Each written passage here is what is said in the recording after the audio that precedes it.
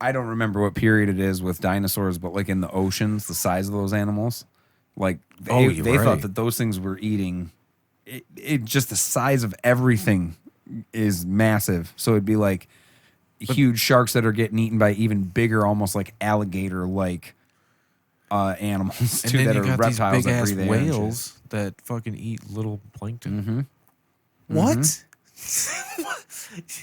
They're like large. What are you doing, dude? They're like large ocean cleaners, dude. They're like the sucker in the in your aquarium. Street sweepers going by. Yeah, dude, just pulling them right up.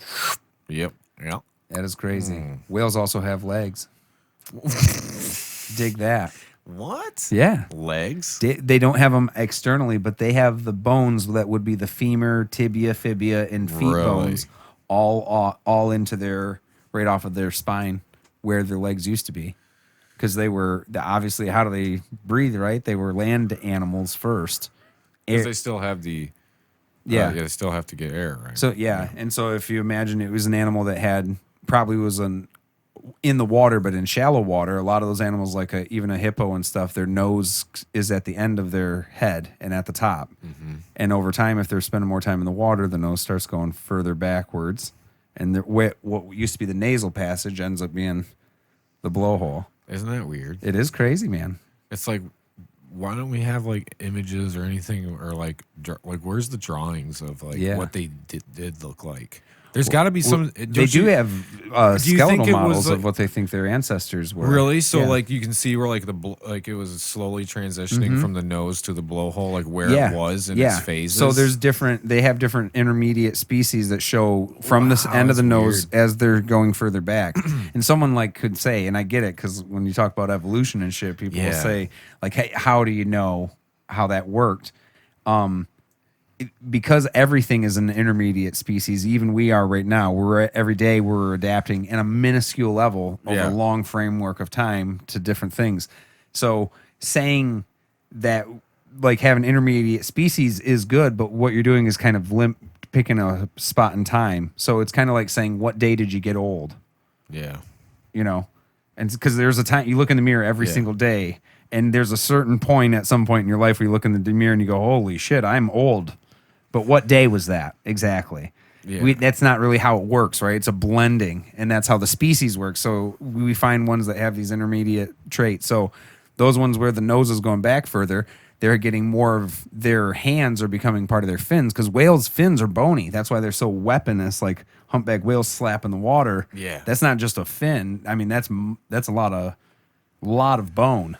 They still have the bones of what would be their fingers and a radia ulna and the bicep muscle is all into their extended fins.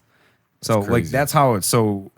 Why evolution is so demonstrably true is because not just there's intermediate species, but you have like a geologist who only studies rock, and he meets up with archaeologists that study the bones, and when you look at gradients, here's the whale on the top, and then right under that is what looks like a whale but has starting a little bit more legs and has the nose a little further, the nostril a little further, and then the next line is the same thing, a little different.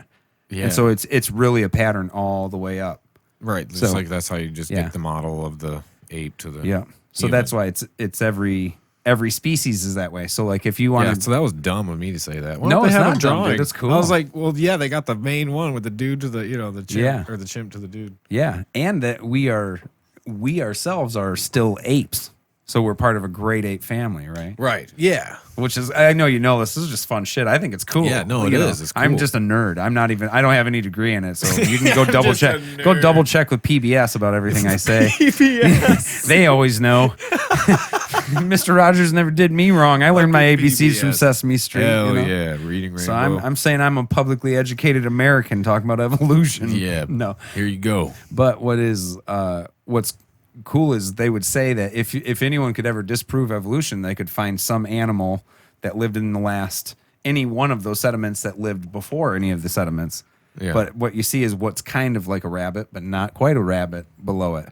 And what's kind of that half of a rabbit, but now it looks less like a rabbit, looks more like a rodent, a different type of rodent, and you just draw those lines back.